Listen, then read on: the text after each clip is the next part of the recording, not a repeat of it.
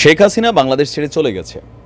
আগামী নির্বাচনেও বাংলাদেশ আওয়ামী লীগ নির্বাচন যদি করেও অস্তিত্ব থাকবে না বা পাশ করবে না, এটা কম বেশি আমরা সবাই জানি। এই নির্বাচনটা 3 বছর পরে হোক, 5 বছর পরে হোক, 10 বছর পরে হোক, ক্ষমতায় কিন্তু জামাত অথবা বিএনপি আসবে। তো ম্যাক্সিমাম লোকই বলছেন বিএনপি আসবে, বড় দল, সংখ্যাগরিষ্ঠতা আছে, মাঠ পর্যায়ে ভোটার বেশি। আচ্ছা, এখন গত 15 বছরে বাংলাদেশ অনেকটা ডিজিটালাইজড হয়ে গেছে। ধরেন মুহূর্তের মধ্যে একটা খবর, এই যে আমি বলছি, গ্রামের প্রত্যন্ত অঞ্চলে কেউ নৌকায়, কেউ বাসে বসা, কেউ ট্রেনে বসা, কেউ হয়তো রান্না করতে করতে, কেউ হয়তো অফিসে বসে, চা দোকানে বসে ভিডিওটা আমার দেখছেন। এটা কেন সম্ভব হয়েছে? প্রযুক্তি। আজ থেকে ঠিক 15 বছর আগে সর্বশেষ যখন বিএনপি ক্ষমতায় ছিল তখন এই প্রযুক্তি ছিল না। তখন হয়তো কি, ধরেন কক্সবাজারে কোনো একজন যুবদলের বা ছাত্রদলের নেতা, সে আপনার একটা টেন্ডারবাজি করছে, চাঁদাবাজি করছে, অথবা কারো ঘাই দিছে, এই খবরটা জানার জন্য আপনাকে অপেক্ষা করতে হতো গণমাধ্যমের জন্য অথবা টেলিভিশনের উপর। আর গত 15 বছরে আমরা যারা সোশ্যাল মিডিয়া প্ল্যাটফর্ম ব্যবহারকারী আছি বা বাংলাদেশের সাধারণ জনগণ আছে, টেলিভিশনের নিউজ কেউ বিশ্বাস করে না, সোশ্যাল মিডিয়ার নিউজটাই সবাই খায়। এটার কারণ হচ্ছে কি, সোশ্যাল মিডিয়াতে যখন ঘটনাটা ঘটে কেউ না কেউ একজন ভিডিও ফুটেজ করে সামনে ছেড়ে দেয়।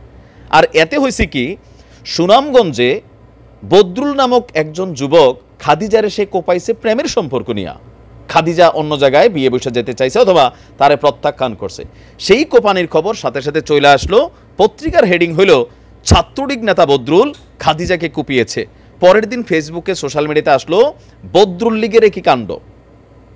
আচ্ছা, বদরুল যে ঘটনা ঘটাইছে সেটা কিভাবে ক্রিয়েট হয়েছে? এই মিডিয়া প্ল্যাটফর্মে ক্রিয়েট হয়ে গেছে।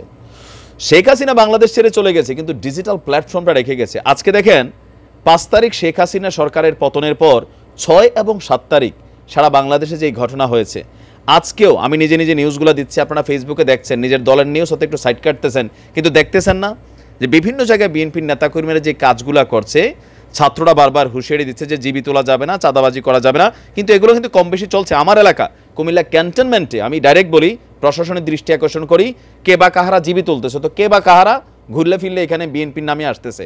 যাই হোক, এটা বিভিন্ন জায়গায় হচ্ছে। এখন এই যে ক্যান্টনমেন্টে একটা সিএনজি থেকে একজন ছেলে জিবি তুলতেছে, আরেকজন যাত্রী যাইতে যেতে ক্যামেরা করছে, নিউজ চলে আসছে, দেখো সরকার বদলাইছে, আওয়ামী লীগ বিএনপি একই মুদ্রার এক পিঠ আরেক পিঠ, এরা বদলাবে না, ভোট চলে যাচ্ছে জামাতের কাছে। বিষয়টা বুঝাতে পারছি? এখন শেখ হাসিনা কোন ফাদরা রেখে গেছে? এই ফাদরা নাম হচ্ছে এই সোশ্যাল মিডিয়া প্ল্যাটফর্ম। এর আগে বিএনপি যখন ক্ষমতায় ছিল তখন অনেক কিছুই মানুষ দেখতে পায় নাই, কিন্তু আওয়ামী লীগ সরকারের এগুলা ঘন ঘন দেখছে। কেন? মিডিয়া, এই প্ল্যাটফর্ম। ধরেন ইন্টারনেট বন্ধ করে সারা দেশে যে ঘটনাগুলো হয়েছিল, মানুষ এগুলোকে ক্যাপচার করে রাখছে। আবু সাইদ মরছে, পত্রিকাতে আমরা শুনতাম পুলিশের গুলিতে, কিন্তু আমরা দেখছি কিভাবে আবু সাইদ মারা গেছে, এই দেখায় সারা বাংলাদেশ জেগে গেছে। এটা আপনি চোখে না দেখলে এত জাগাজাগি হইতো না, হইতো না। তো বিএনপির যারা নেতাকর্মীরা আছেন, আপনারা কিন্তু, এটা তারেক জিয়া সাহেব, তিনি দীর্ঘ 15 বছর বিদেশ বসে তিনিও কিন্তু ফেসবুক চালান। এতদিন শেখ হাসিনা বা সজীব ওয়াজেদ জয় বা ওবায়দুল কাদের তারা ফেসবুক চালানোর সময় পাইতো না। ছাত্রলীগ, যুবলীগ রাজপথে ছিল, টেন্ডারবাজি, চাঁদাবাজি, বিভিন্ন অ্যাক্টিভিটিজে তারা ছিল, তারাও কিন্তু সময় পেত না। এখন ফেসবুক দেখে, কেউ পালায় আছে, কেউ বিদেশ চলে গেছে, কেউ বনে জঙ্গলে আছে, কেউ মেহমানদারিতে আছে, ঘরের থেকে বের হয় না, সারাদিন ফেসবুকে দেখে আর ভাবে আরে কোথায় কোনটা হচ্ছে। তারা কিন্তু এখন দেখেন মানে মিক্সিং কমেন্ট হওয়া শুরু হয়েছে, কাউন্টার কমেন্টটা আসতেছে। এটা কই থেকে আসতেছে? এটা ছাত্রলীগ করতেছে বা আওয়ামী লীগের যারা সাপোর্টার আছেন তারাও কিন্তু হাহা রিয়েক্ট দেওয়া শুরু করছে, তাই না? অনেক কিছু আসতেছে। আগামী দিনে রাষ্ট্র ক্ষমতা যারাই পরিচালনা করেন, বিএনপি করেন, জামাত করেন, এই মিডিয়া প্রযুক্তির যে ফাঁদটা, এটা মাথায় রাখতে হবে। টেলিভিশন কি বলে ডাজন্ট ফ্যাক্ট। আপনি যেখানে যেটা করতেছেন, সিসিটিভি ক্যামেরা অনেক জায়গায় এখন অ্যাভেলেবেল হয়ে গেছে, আগে এগুলো ছিল না। আপনি মোবাইলে হয়তো দেখেন নাই, বাড়ির সামনে একটা ক্যামেরা লাগানো আছে, এইখানে একটা কোপাকপি হয়েছে, পরের দিন সবাই এসে কি এখানে একটা ক্যামেরা আছে, ক্যামেরাটা চেক করো। প্রযুক্তি, ডিজিটাল বাংলাদেশ। এখানে যারা আগামী দিনে রাজনীতি করবেন, সাবধানে রাজনীতি করতে হবে।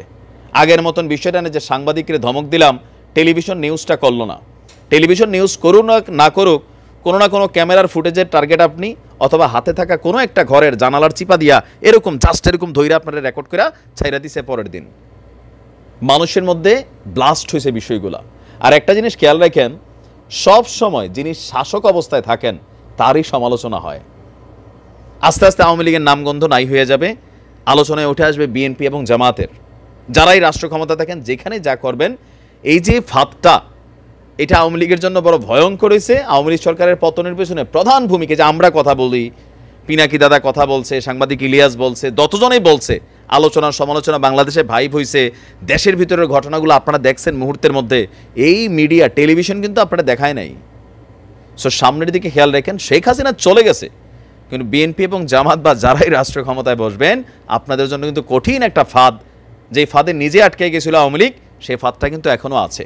তবে যদি আপনারা সুষ্ঠু রাজনীতি করেন, দেশের জন্য কাজ করেন, চুরি চুট্টামি লুটপাট সন্ত্রাসী এই সকল অ্যাক্টিভিটিস না করেন, এই ফাঁদটা আপনাদের জন্য আশীর্বাদও হইতে পারে, তাই না? ভালো ভালো কাজ করবেন, মিডিয়াতে প্রচার করবেন।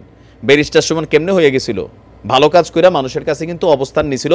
আওয়ামী লীগের আমলেই একজন মন্ত্রীর বিরুদ্ধে তারা এত পরিমাণ ভোট পাইছিল, তাই না? আশা করি বাংলাদেশ নামক রাষ্ট্রটাকে আগামী দিনে বিনির্মাণ করতে এই প্রযুক্তির চোখ ফাঁকি দিয়ে আপনারা কিছু করতে পারবেন না। সুতরাং বি কেয়ারফুল। ভালো থাকবেন। আসসালামু আলাইকুম।